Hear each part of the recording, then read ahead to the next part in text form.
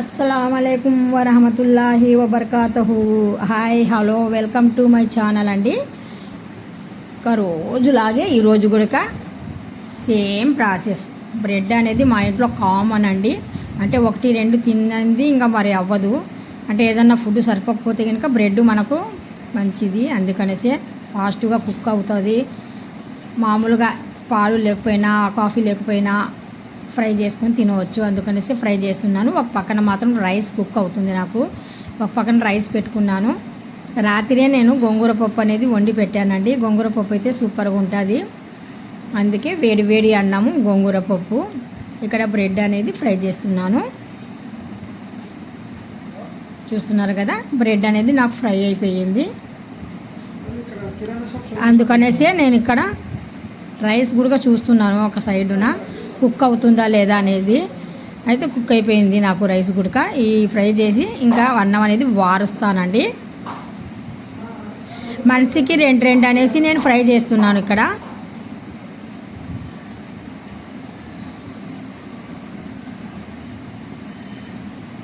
కొద్దిగా ఆయిల్ వేసి డ్రీ ఫ్రై లాగా చేస్తున్నాను. మొత్తానికి ఫ్రై అయిపోయినాయి. మా రేయో మాత్రం అటు పక్క కూర్చున్నాడు, సైలెంట్గా చూస్తున్నాడు.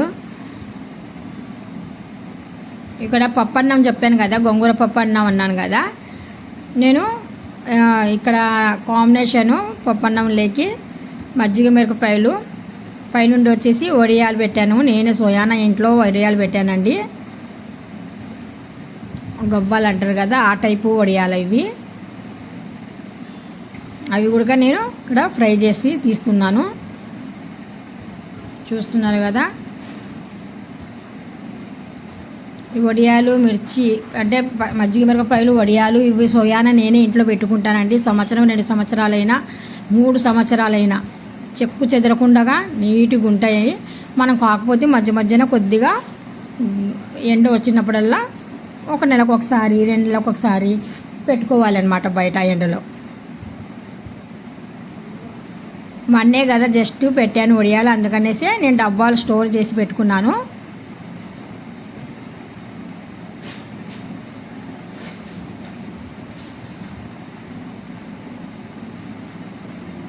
ఇక్కడ ఇంకా మిర్చి కూడా ఫ్రై చేస్తున్నాను. గోంగూర పప్పులో కాంబినేషన్ మజ్జిగ మిరపకాయలు చాలా బాగుంటాయి.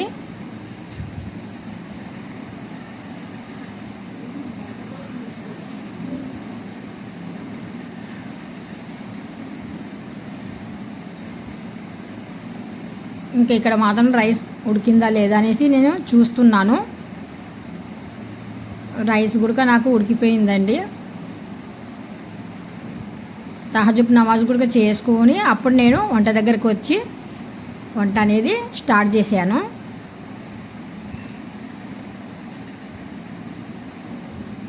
నా ఒక్కదాని కోసం అయితే కనుక నేను నైట్ ఏది ఉంటే అది తినేసి సైరీ చేసుకుంటాను. కాకపోతే నాతో పాటు పిల్లలందరం ఉంటాం, మేము ఫ్యామిలీతో ఉంటాం కదా, అందుకనేసి కంపల్సరీగా వేడివేడిగా కొద్దిగా ఏదైనా సరే వండాల్సిందే, తప్పదు. ఇంకా రోజు టిఫిన్ ఎందుకులే అనేసి నేను ఈరోజు మాత్రం ప్రత్యేకంగా గోంగూర పప్పు అన్నము,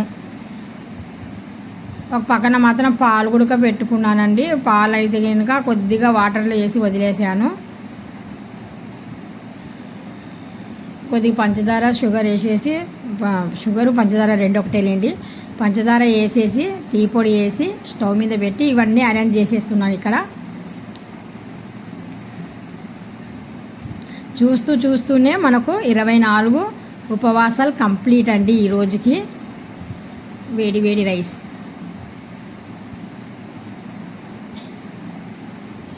కొద్దిగా పెరుగుంటే పెరుగు కూడా తీసాను. బాదము పిల్లలు కాంబినేషన్, అంటే పిల్లలకు ప్రతిరోజు బాదం అనేది కంపల్సరీగా ఇస్తాను.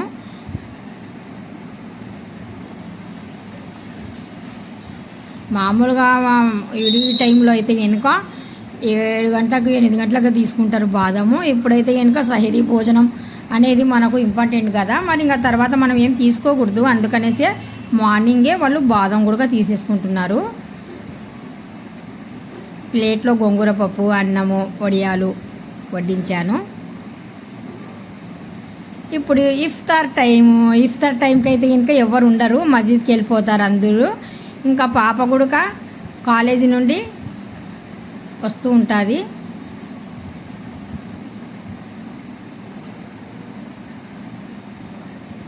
నా ఇఫ్తార్ టైంకి ఇంకా నేను ఒక్కదాన్నే ఉన్నాను కాబట్టి ఈ మాత్రం ఉంటే చాలు నాకు అనేసి నేను ఇంట్లో ఏమున్నాయో నేను ప్రత్యేకంగా అవే పెట్టుకున్నాను. ఇంకా బయట నుండి అయితే ఏం తెప్పించుకోలేదు.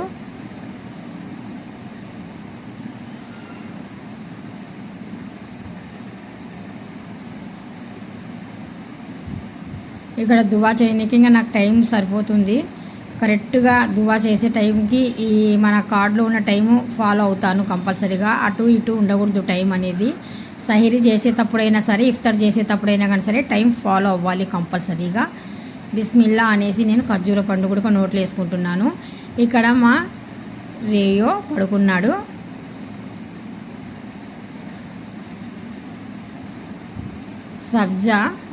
సబ్జా వట్టి ప్లేన్ వాటర్లో సబ్జా నానబెట్టానండి. కొద్దిగా సబ్జా వాటర్ తీసుకుంటే చాలా హెల్దీ, అందుకనేసి సబ్జా వాటరు.